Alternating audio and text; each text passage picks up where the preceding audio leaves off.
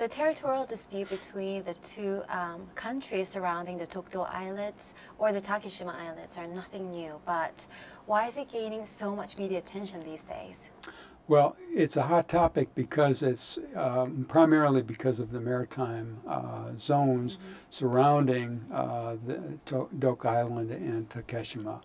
The maritime zones in the East Japan Sea, or as in the Japan Sea, or as the Koreans call it, the East Sea, may have or probably do have valuable oil and gas deposits and possibly fishing. Good fishing grounds, and so both countries are interested in the maritime zones even more than the island territories. Now, and what's the significance of Tokyo wanting to take the matter to the International Court of Justice? South Korea says there is no dispute; it's our island. But South Korea and Japan have been unable to divide the maritime zones between them, and that's the real key. That's why the dispute has come to the fore now, because of the dispute over the maritime zones, not just the dispute over the islands. Under what circumstance, then, can a country claim a maritime and territorial rights over a disputed island or a set of islets in this case?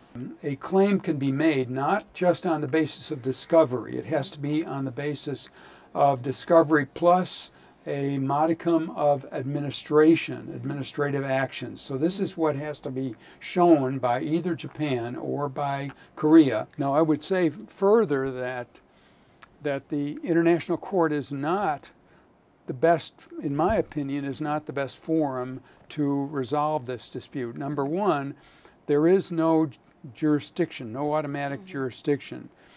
Japan has made an assertion that it is willing to go to the International Court of Justice, but South Korea is not willing to go to the International Court of Justice, and under the Law of the Sea Treaty, the United Nations Law of the Sea Treaty, South Korea has excluded maritime boundaries from a compulsory jurisdiction. So there's no way that Japan can compel South Korea to appear in court.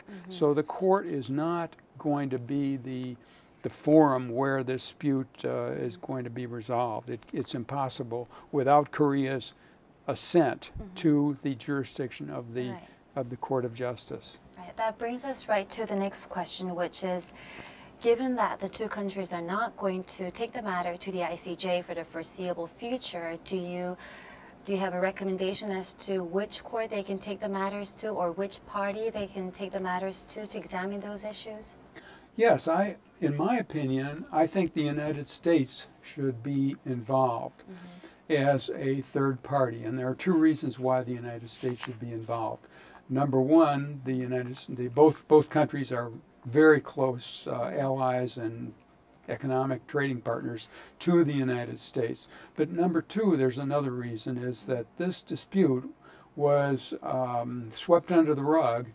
And the genesis of the dispute, really the modern genesis of the dispute, is the fact that it was not disposed of, it was not spoken to under the 1951 peace agreement between the United States and some 49 countries, including South Korea.